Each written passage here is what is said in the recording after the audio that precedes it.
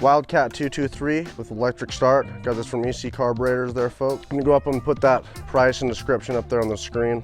Why is it a 223 if it's a Predator 212 class engine? Well, with the 58mm stroke. So the Predator 212 has a 55mm stroke with a 70mm bore. So the Duramax class of engines, the 208 class, has a 54mm stroke with a 70mm bore. I feel like this engine already has got a lot more torque compared to my Predators when I was pushing on the gas.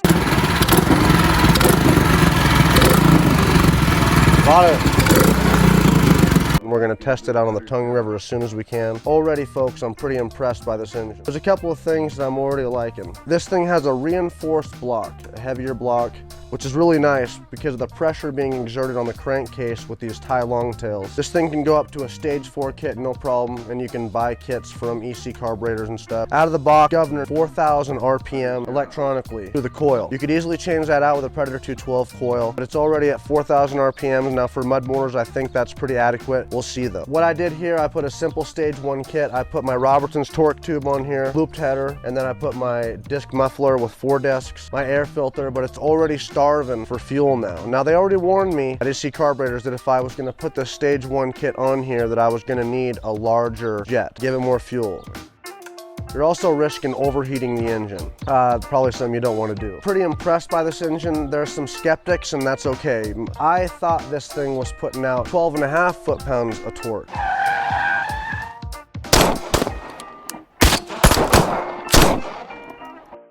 Not reading it, and AZ Longtails, they corrected me on that. It actually puts out about 9.21 foot-pounds of torque, 8.1 of the Predator 212. Again, I'll put these descriptions up here. You guys should check out this channel, AZ Longtails. They're a fellow mud motor longtail channel. Just trying to build this community up, so check out all these channels. I'm going to be making a video of all these different mud motor channels. Stay tuned for that. Now, I want to say another channel that really helped me make a decision on this engine, and he's really good with modifying these engines, very passionate. He's got a great channel. His name is Fatbuddycat. My buddy building the channel is very passionate. He puts out videos almost every day. So check that out too for go-karts, mini bike, mud motor engine build. So this has really impressed me as far as the startup and torque almost spinning out of my hands. Got high velocity Hemi head. I'm pretty excited about this engine. There's more to come. Now I have a small Beaverdam kit that'll be coming from 2 horsepower engines all the way up to 7 horsepower engines. Very versatile kit with all the different horsepower ranges that you can go. This has got a 3/4 inch shaft, so that'll be perfect for people with their go-karts, their mini bike, their mud motors. This just comes in at a little over 36 pounds.